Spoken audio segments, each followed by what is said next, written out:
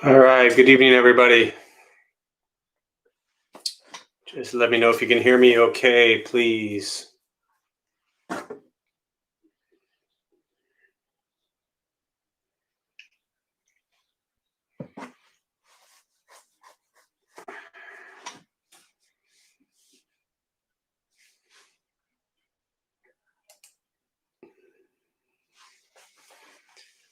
Somebody just give me a heads up that you can hear me all right.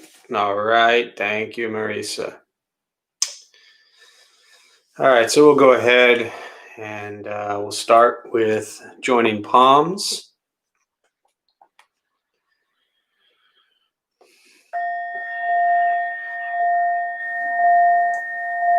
And repeat after me. I take refuge in the Buddha.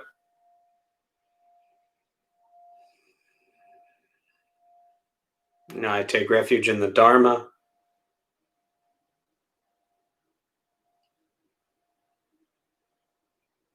I take refuge in the Sangha.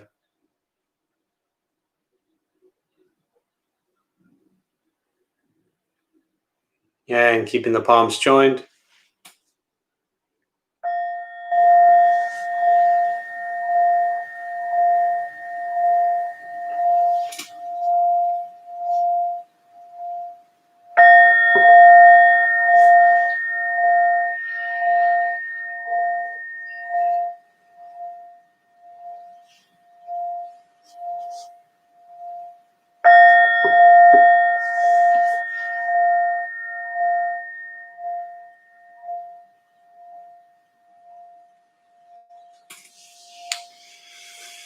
And putting the palms down.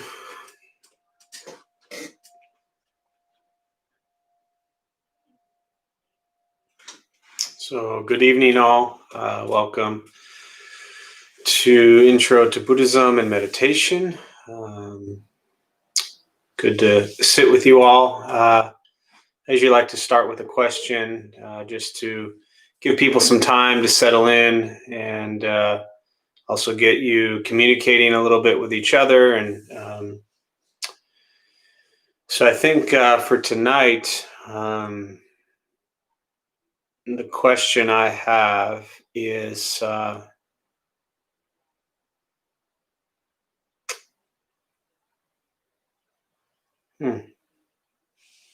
got nothing. I got nothing. I have no question for you. That's it. That's what I have. So why don't we do this? What's your question? I mean, I know I always open up for questions the last half of our class tonight, but there you go. My question to you all is what? I'll go ahead and type it in here just to make it very clear. What is your question for me? There you go. Since I got nothing, and it's not because I'm not prepared. I mean, I'm always not prepared, but I'm not any less prepared than any other time. If you're joining us for the first time, welcome. I usually just go with some question that pops in my head to get everybody started. And for the 10 seconds I sat there, I got nothing. I have no question. So I don't know what to tell you. So I'm going to throw it all to you. What is your question for me? And like I said, usually we use the second half of the class tonight to open up to questions, which we still will. But we'll take a few moments and you can ponder what's your question for me. So difficult, I know, as we sit. It's funny. I recently with a few things I've sat in on a few things other people are leading, and it's really nice to just sit and remember that you're really starting over as a practitioner every single day. that no matter how long you've been doing this practice or how many classes you lead or how much you think you might know, it's really none of that matters. It's really just being present with each moment and just sitting. So there's your question. What is your question for me? Really? You all got nothing. You sit there with questions and judgments and critiques all day long of people and places and things. And now I'm asking you, what's your question for me? Now you got nothing.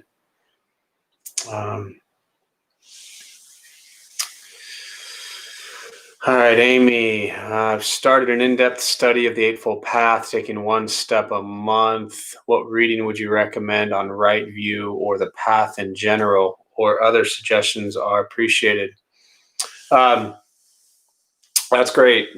Great question. Great practice. The Eightfold Path really is the heart of Buddhist teachings. And it is the fourth step on the Four Noble Truths. And without making this into a long discourse now, to answer your question directly, I think the first thing I would do is I would look at the teaching on the Eightfold Path, and specifically the right view that you're asking about in the Pali Canon. So I would go to accesstoinsight.org. I keep thinking maybe they've changed it, but that'll get you there. Access to Insight, that's most of Thanissaro Bhikkhu's teachings as one of the main translators of the Pali Canon. And I would look at what he has translated from the Buddhist teachings on right view. The Eightfold Path is having the right views, thought, speech, action, livelihood, effort, mindfulness, and concentration. And I am always a fan of starting with what at least is presented that the Buddha said. The closest idea of what the Buddha would have said about these teachings. And that's where you're going to begin with the Pali Canon. The common, I think, view for many is, to pick up a modern day teacher, Thich Nhat Hanh or Pema Chodron or Dalai Lama or Suzuki, whoever it might be, and try to look for, okay, what are their teachings on right view? And those are great practices and approaches.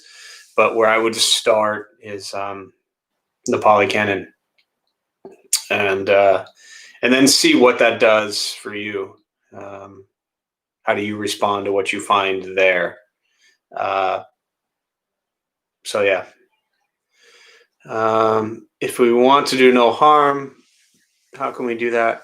If we want to distance ourselves from someone without hurting them who loves us, but is not good for our well-being. Great question. Mario, how do you keep your practice going all day on good days? Great question.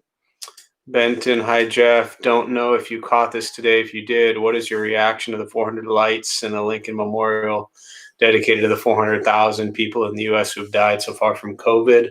Great question. Hi Jeff. Love the curveball tonight. How do you show up every Tuesday and Saturday without missing a beat? You're a Superman. Also a great question. Since the DBT Sangha has extended during lockdown with people participating remotely who could not come to the temple, we continue to have remote classes even in the post-COVID era. All wonderful questions. And I thank you for them. So with that, we will move into meditation. I just started tonight by asking you all to ask questions, but I really didn't say anything about answering them. So we're going to do a meditation practice, and then I'll go ahead and get back to the questions. But I actually like this. I should do this more often, and then we can just get the questions out of the way up front, and we'll go from there. But now we'll kind of table those questions, because otherwise I would spend the rest of the time tonight addressing all of those, which I will after. And if you're still typing a question, feel free to go right ahead, and then I'll address it after the meditation practice. But I like for us to sit for a bit. So if you are new to meditation or new to joining us, welcome. A couple things to tell you before we begin. Nothing's going to happen to you. You won't float away. You're not going to have any mystical, magical experiences.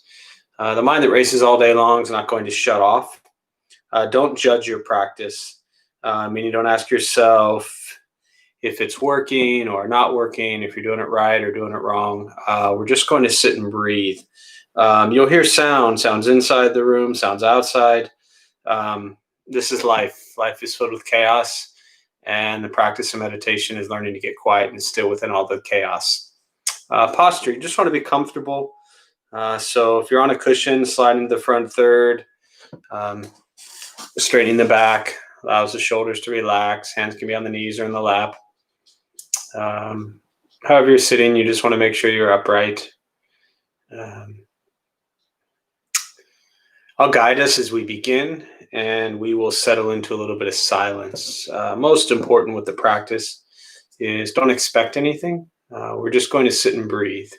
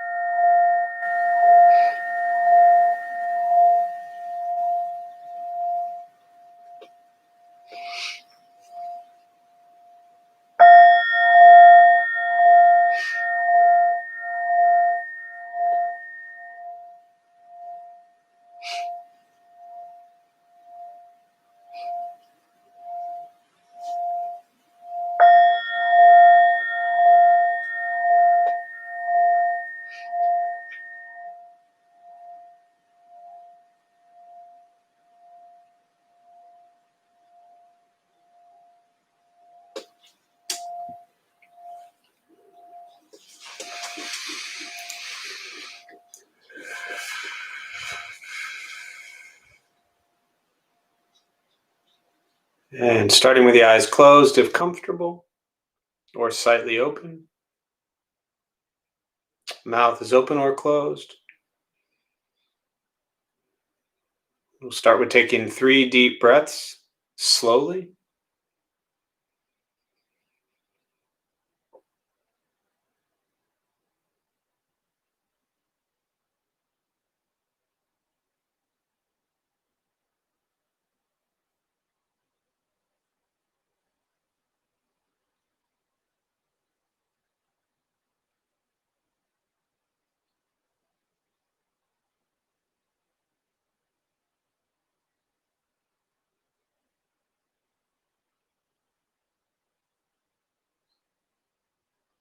And eventually, we'll settle into a natural rhythm of the breath.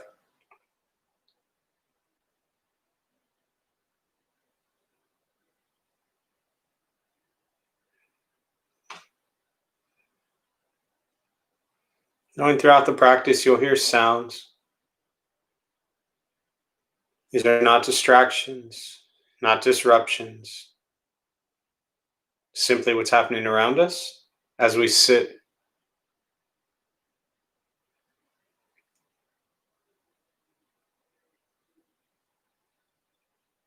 Noticing the mind as it wanders, jumping from thought to thought.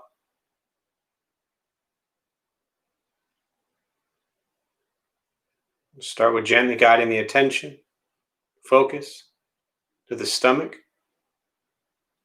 or the chest.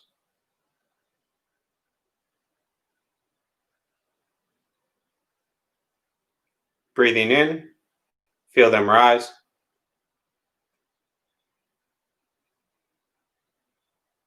Breathing out, they fall.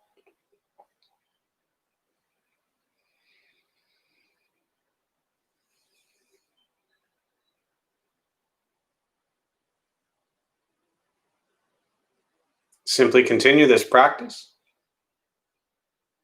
observing sensation of breath,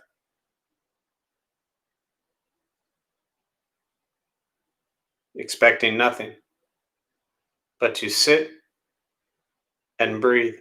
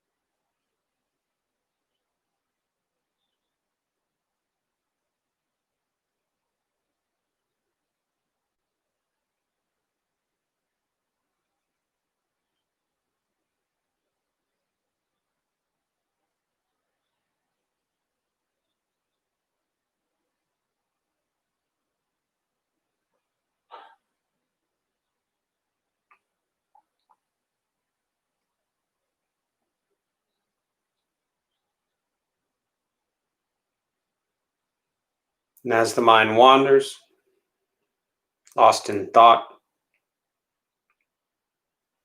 recognize it,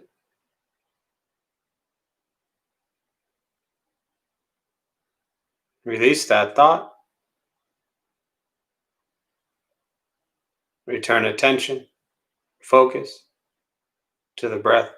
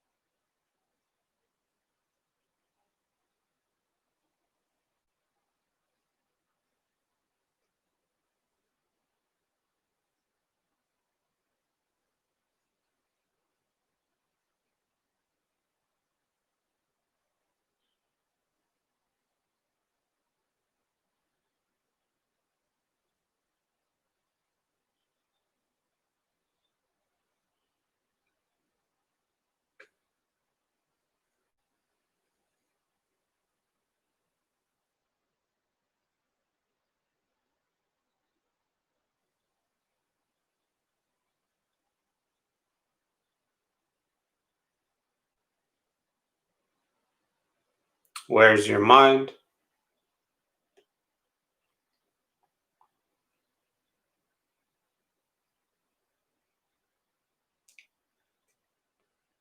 Return attention, focus to the breath.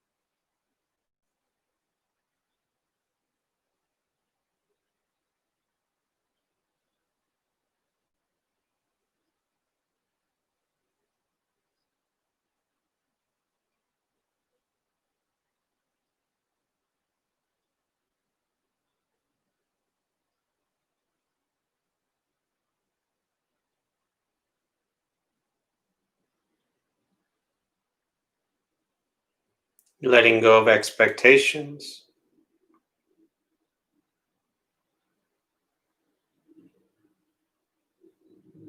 letting go of judgments from the practice,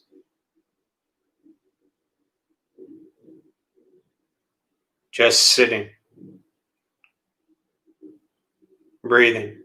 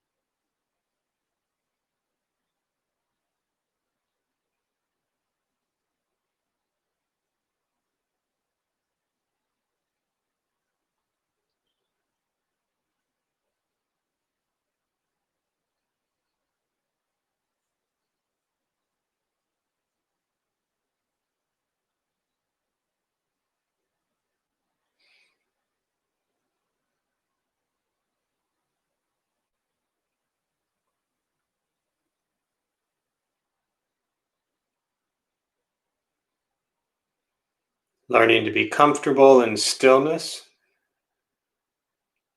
in quiet,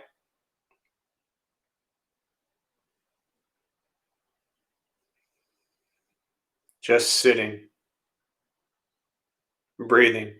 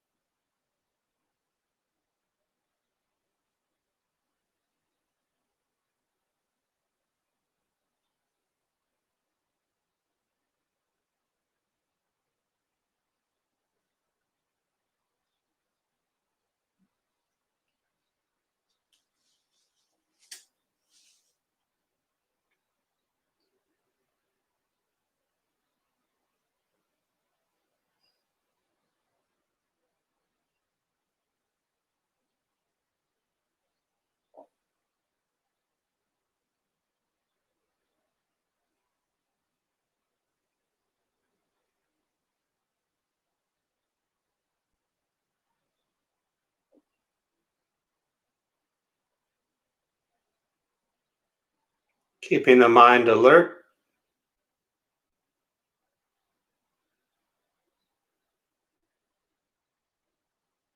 aware of each sound,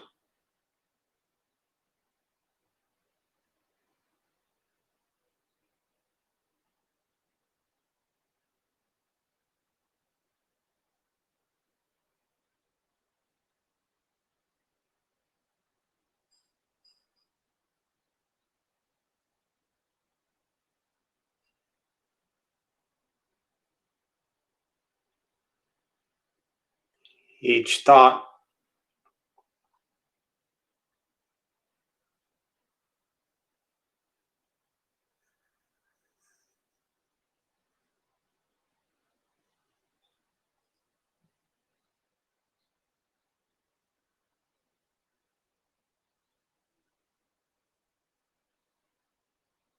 each physical sensation.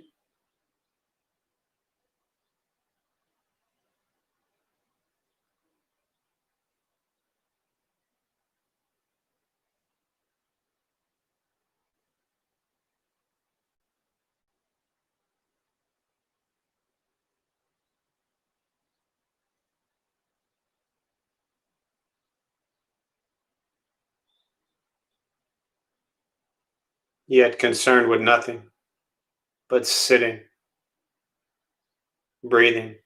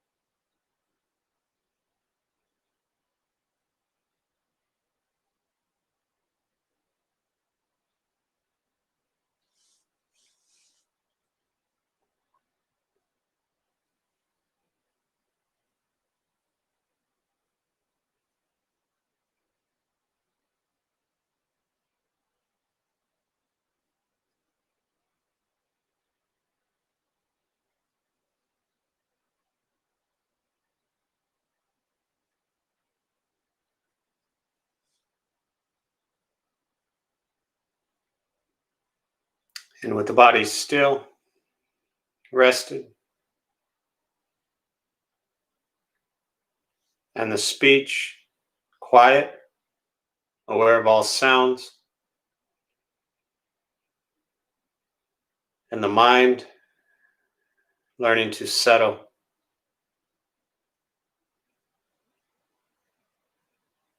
Know what it's like to just sit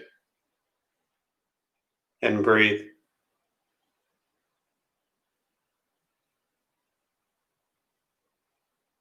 Knowing with each breath, there's nothing else to do.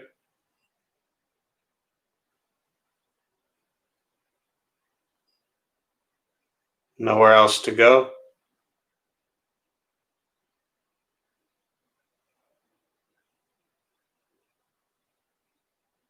No one else to be.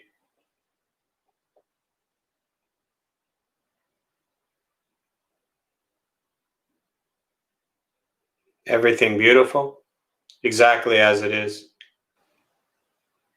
Sitting, breathing.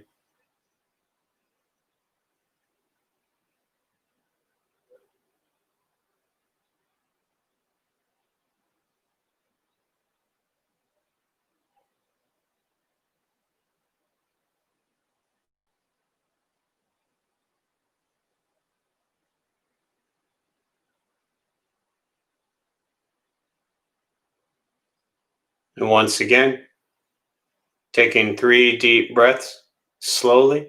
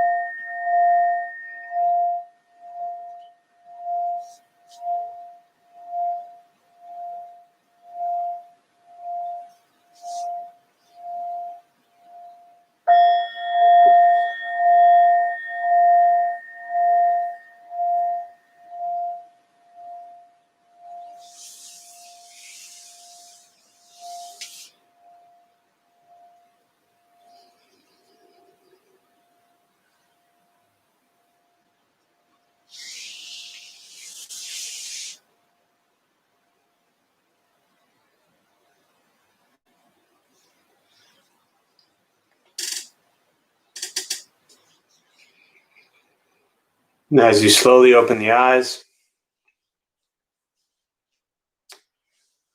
slowly begin to move.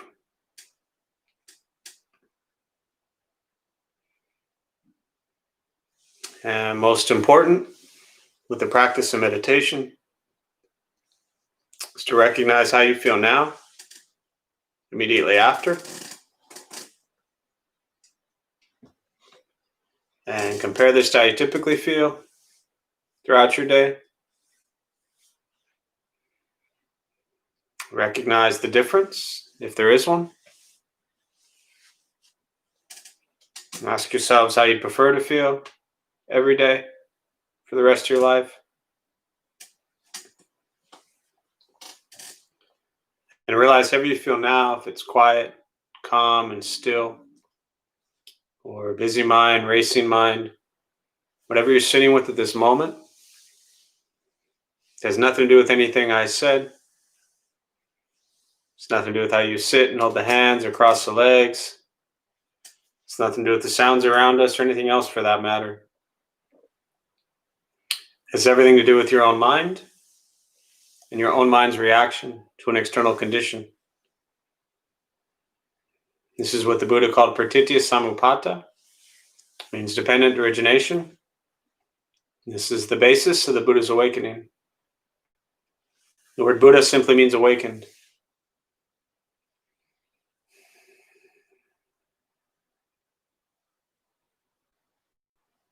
That's it. For most of us, we respond to meditation quietly, peacefully, still. But the question is, how do you respond to everything else that happens throughout your day?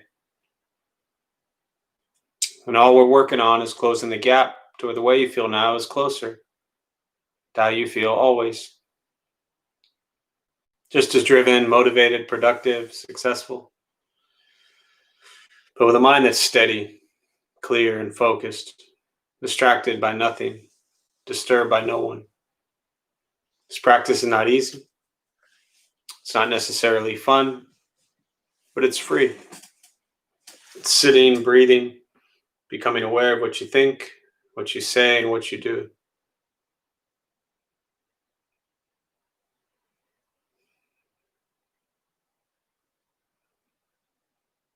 We tend to complicate this practice.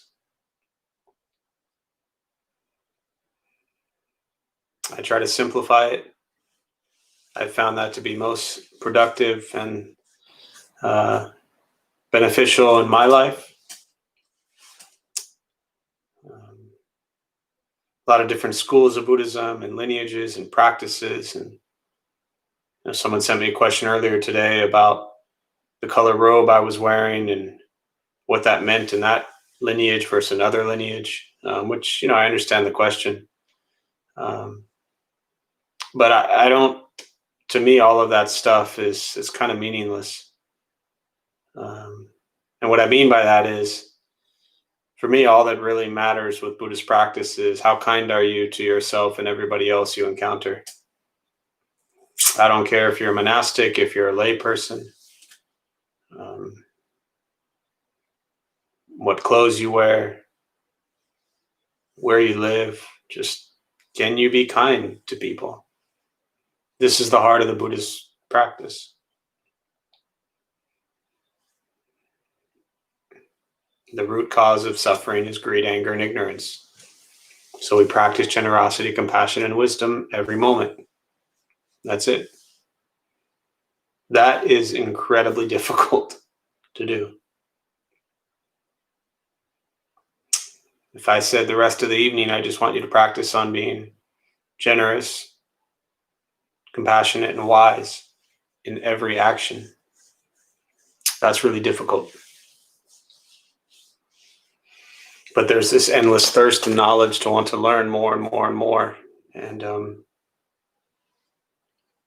I found early on with Buddhist practice that I used to think it was something that I could beat or something I could win, or, I was going to be the best Buddhist out there. And that was really pretty ignorant on my part. It's not about being the best Buddhist. It's not about even being Buddhist. It's not about being Christian or Catholic or Muslim or Jewish or pagan or whatever your religion or lack of religion may be. We're all human. Well, we have some dogs joining us, so we've got some other animals as well. But for us humans, it's just about being kind. And that's incredibly difficult. So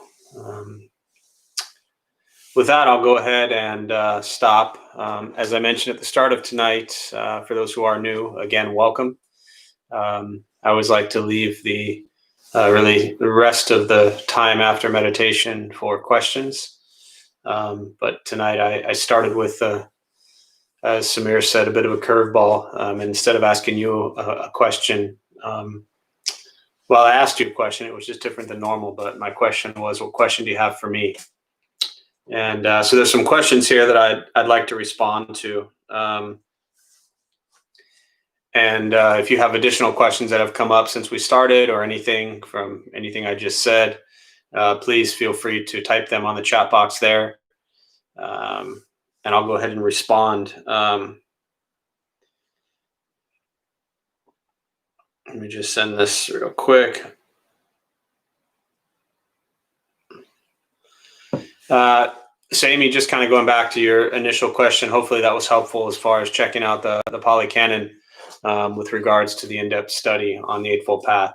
I I would start there again, and really look at kind of what I would consider the very technical teachings of what do we believe the Buddha said about this, and then see where that leads you. So,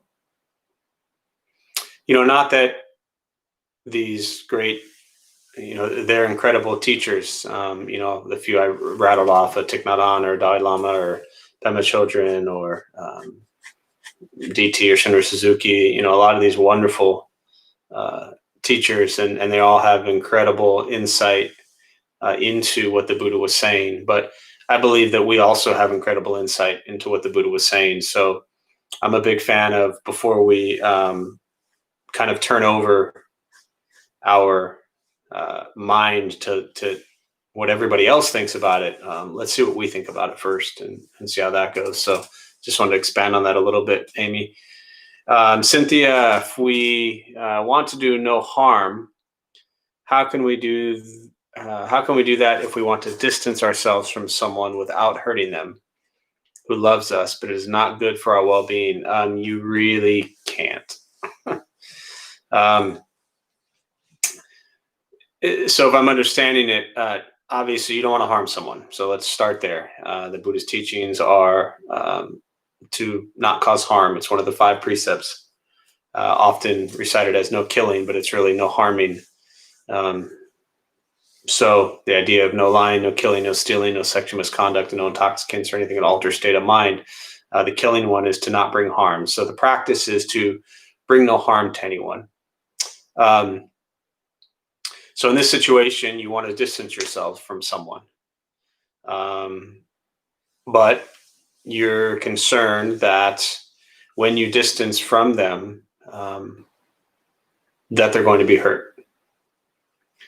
And your reason for wanting to distance yourself from them is it's not good for your well-being. So I think it's important to first, and knowing you've probably already done this, but I'm just going to say this in general for everybody. Buddhist practice is not about staying in unhealthy, toxic, dynamic, or relationships. Often, if you're new to Buddhism, people may think it's just this thing where you become a doormat and get, steamrolled and just sit under trees and sit back and do nothing. No, it's very engaged. It's very involved. It's very, I don't see Buddhism as passive. I see it actually very active, very almost aggressive, but peacefully aggressive, if I can say that. And very, again, Thich Nhat Hanh says active, or engaged Buddhism. So to be very engaged. And in this engaging manner, we're going to have relationships and dynamics. And when you find yourself in one that is unhealthy or toxic and is not safe for you, the idea is to initially see what kind of effort and communication you can do to potentially create a healthier relationship. And this is kind of what I was pointing out to Cynthia, is I know you would have already done all of this, but once we see, once we see that we're unable to create a healthy dynamic from the effort that we've put in, or from, getting help or talking to the other individual, once we see that after this effort, it's just not working, you reach a point, and that point is different for everybody, where you have to say, look, this isn't healthy for me. And this is where it becomes difficult, because the reason my initial reaction to you was you can't, because if this person loves you and cares about you and you distance from them, they're going to be hurt, period. That's just how it is. But you've made it very clear. I mean, you even used caps, right? Not good. And again, I know you, and you've asked many questions along these lines for many years, that when it begins to really just destroy you, if this person really does love you, as you say they do, then they need to understand that it's not healthy for you to be in this dynamic. And if they truly love you, they need to understand that you need to remove yourself from this situation. It's kind of like that old, I don't even know where it came from movies, from songs, from, who knows what, but,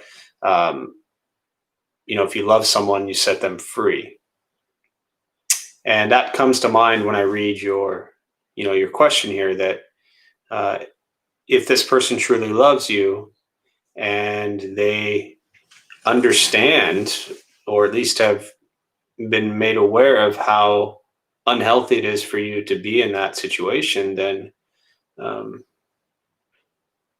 if the love is as wonderful as you say it is for you, then they'll understand, hey, you need to remove yourself from that situation. And you need to take care of you first and foremost. It's the oxygen mask example I think is so perfect. This idea in Buddhism that you should stop caring about yourself or that nothing matters is really an unhealthy view. It's not a correct view, coming back to the right view.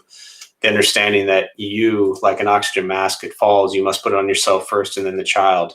So if you're not healthy and you're not able to function in a way that is conducive to a healthy life, then what good are you? So you must remove yourself and the other person must deal with it. But that's their problem, not yours. That's their karma to face, not yours. So sometimes it takes a lot of strength, a lot of courage, or not sometimes, I should say always. It always takes a lot of strength and a lot of courage to remove ourselves from these types of situations. But for your own sanity and peace of mind, you must do it. So hopefully that's at least helpful a little bit. I think you have to allow yourself permission to just move on. Cynthia. All right, Mario, how do you keep your practice going all day on good days? Well, this is one of those questions that's really hard when it's just words typed out and we don't have back and forth dialogue. But let me just kind of rephrase that question. My first master, she always said, when you ask questions, don't look for answers, but change the way you ask questions. And this made a lot of sense to me. So if I were asking this question of how do you keep your practice going all day on good days, I would shorten it and just say, how do you keep your practice going, period? Not about all day or all night or all morning or all weekend, or, I'm going to practice on Tuesdays and not Saturdays. It's not about good days or bad days. It's just about recognizing that every moment of your life is an opportunity to practice. So again, to me, the question here is, how do you keep your practice going, period? And the way you keep your practice going is you understand that when you lose your practice, and when I talk about practice, what I mean is when you lose the focus of practicing loving kindness and compassion and joy and equanimity, when you become greedy and angry and ignorant, when you lose this idea and a way of being that is filled with generosity and morality and patience and diligence and concentration and wisdom, when you lose these things in your life, you are not practicing. To me, again, often this is kind of a misconception from many people, but Buddhist practice is not just like sitting on a meditation cushion. One of my favorite expressions is an angry person who meditates is just an angry meditator. So people think, I'm doing my practice, and that means they're going to go sit on a cushion and light some incense and stare at a wall for 45 minutes. Well, what good is that if you get up and you're pissed off or you're mean and rude to people? To do your practice is to be engaged all day long with your life and to practice kindness.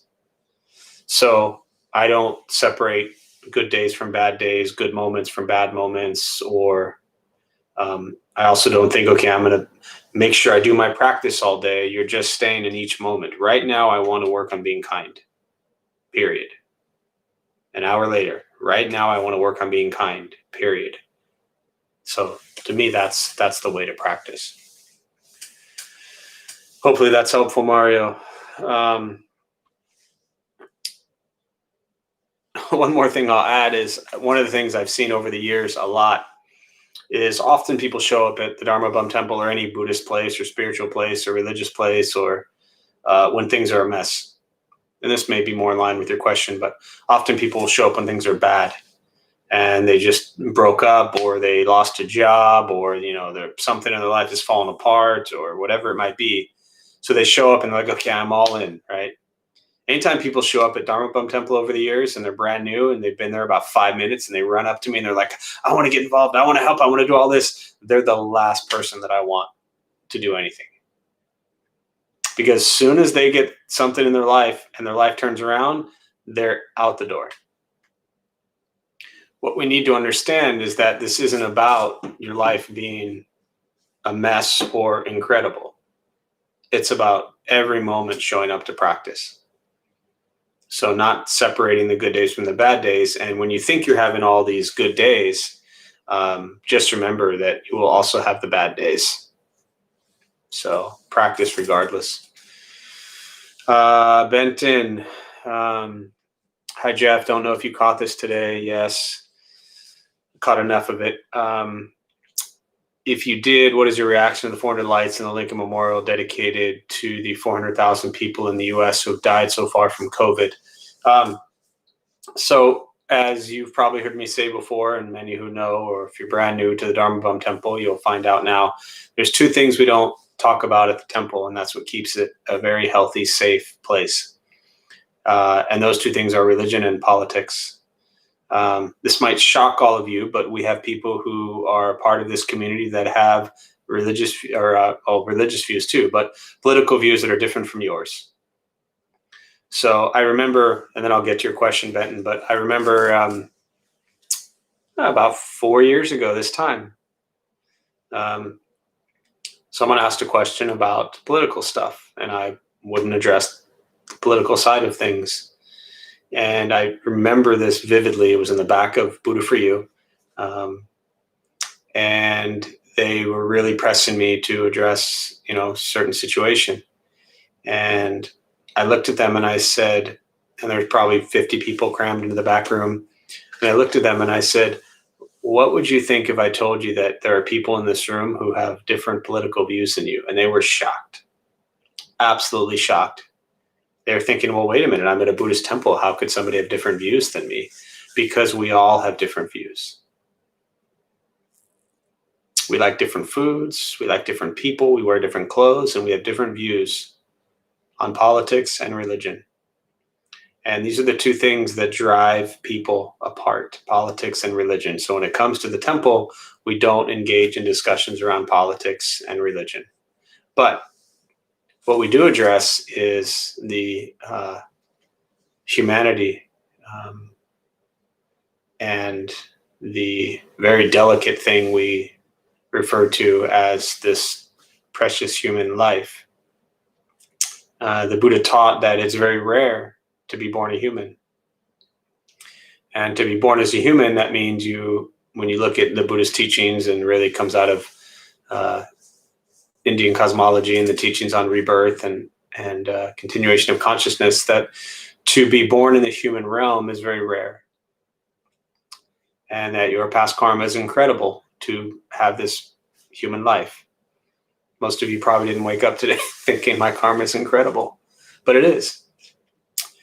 And so when I look at something that we're all facing globally with this pandemic, and I see that in this country alone, that 400,000 people have died, it's very sad. It's very tragic. And I think it's very beautiful to be able to honor in such a grand, respectful way the lives of the people that have been lost. Not to mention the family and friends of the people who've lost loved ones, those who will continue to lose their lives as we go through these next few months because of this. And so I think that anytime anyone anywhere can stop for a moment and do something that really recognizes and honors the lives that have been lost because of this, I think it's really beautiful. I really appreciate people who have the heart to honor and recognize situations like this. So those are my thoughts on it. It's a tough time we're all in, and we just have to keep going. So, all right. Hopefully that answers your question, Benton. Samir, how do you show up every Tuesday and Saturday without missing a beat? There's a couple things to that question. And I've done Tuesday nights. I still remember the first time that I led Tuesday night downtown in 2008. So 13 years ago. And I've probably missed, I don't know, 10 times in 13 years. Maybe once a year, something like that. Except when the Cubs are in the playoffs, which is so few and far between. So, and Saturdays I started doing 11 years ago at Buddha for You, and I still remember the first one of that too. How I keep showing up and why I keep showing up is because of you. And I mean that very seriously. I always tell our college group that, there's some 16-year-old kid in high school right now that is depressed, that is miserable, that doesn't feel like they fit in, that wants to take their life. There's a 16-year-old kid right now somewhere in high school, many of them all over the world. And 2 years from now, they will end up at San Diego State, some of them, and have an opportunity to join an organization. And they may stumble across Delta Beta Tau. And it is an opportunity for them to create a life of happiness and joy and peace. And so we're building it for them. And I get that in my heart from the Dharma Bum Temple that for me, first and foremost, it's about all of you who show up. I know what it's like to be where you're all at. We're all at different places at different times, but misery and depression drove me to Buddhist practice. So I know what that's like. I'm not saying you're all miserable and depressed, but if you're perfectly happy and peaceful, you wouldn't be sitting here right now. And so for me, what drives me is knowing that Samir is going to show up here just about every Tuesday and Saturday and want me to be here. So I'm here. I know that somebody probably tonight and every time I do this has never been to a Buddhist thing, has never done a meditation before. And for me, those of you who know me know that, not that I don't love all you regulars, because I do. But what really drives me is that the beginner, the person we're all beginners, but the person who shows up the first time. Because for the most part, I can typically remember pretty early on when you all showed up for the first time. And that's what really excites me the most is I have an opportunity to introduce meditation and Buddhist practice and drastically change somebody's life. That's what motivates me to do this. It doesn't matter how exhausted I am because I mean, right now I am absolutely exhausted. I'm completely exhausted. But there's somebody right now who needs this practice as I need this practice. So they're the ones that motivate me. And knowing that, if I wasn't here right now, well, we could always have somebody else do it, and that's great as well. But if I didn't show up and nobody was here, then somebody would be clicking the link trying to connect, and who knows what would happen if they didn't connect. So it's really because of all of you. That's what motivates and inspires me. All right, so we got a couple minutes left. Since the DPT Sangha, Sherry, since the DPT Sangha has extended during lockdown with people participating remotely who cannot come to the temple, will you continue to have remote classes even in the post-COVID era? Absolutely. In fact, we had been, I know for me, I had been recording all of my Tuesdays and Saturdays for the last couple of years because we wanted to create kind of a library on the YouTube channel of talks and meditations. Then we started adding Travis and Alex. Actually, I'm not sure when Alex added, but anyways, now that we are doing everything virtual, we will absolutely continue to live stream all of our classes going forward. So it is one of the beautiful things that that has occurred because of this terrible pandemic we're in, is that it has allowed us to reach people that couldn't be with us before, or someone like Samir is an example of someone who was with us years ago downtown and now is out on the East Coast and now is able to join us. So yes, we will continue to hold these classes even when we meet up again in the future. All right. I think that's all of the questions from the beginning, which is great. Yes, go Cubbies.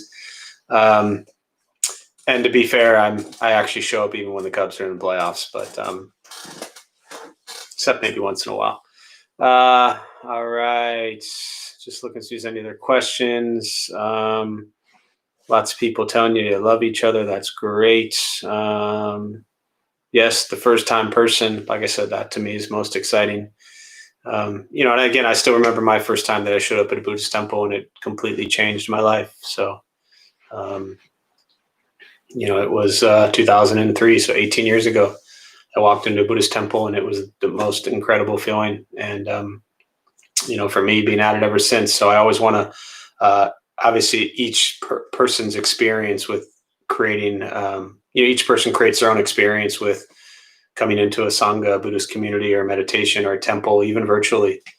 I know from just messages I've received that people who've never been to the temple, their lives have been touched deeply just in this virtual format. So it's important we keep going.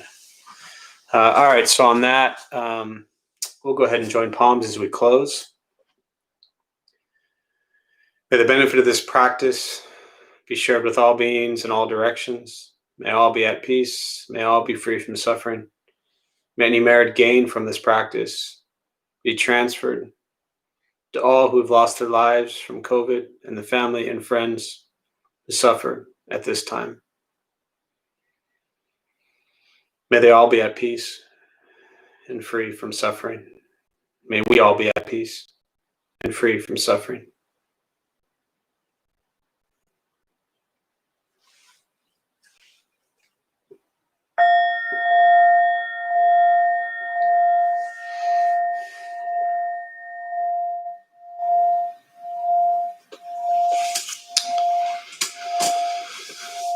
So a couple quick announcements before you head off. Thank you all for being here. My name is Jeff. I'm a Dharma bum. As I mentioned, we opened the temple about 14 years ago to introduce Buddhist practice to those who show up. Every night we have classes going on, different people leading. Just go to the website and you'll see the schedule there, and it'll tell you how to get to it, whether it's Zoom or YouTube. New classes, Monday night, Ken has resumed the Zen class on Mondays. The book study kicked off on Saturday. We had a great turnout. Thank you, Marisa, for leading that. They're reading Pristine Mind by Orjin Chong Rinpoche. It's a great text. You can get the book at Buddha for You. Stores closed, but online you can pull it up there and buy it online. And also the Family Sangha returned and will continue monthly for now. So temple has been closed for over 10 months now. We will continue to stay closed until it seems safe to open again. So please be safe. Please wear a mask. Please do what you can to not put anyone else at danger or risk of getting sick. So I wish you all well. If I never see you again, think good thoughts, speak good words, do good deeds. And we'll see you soon.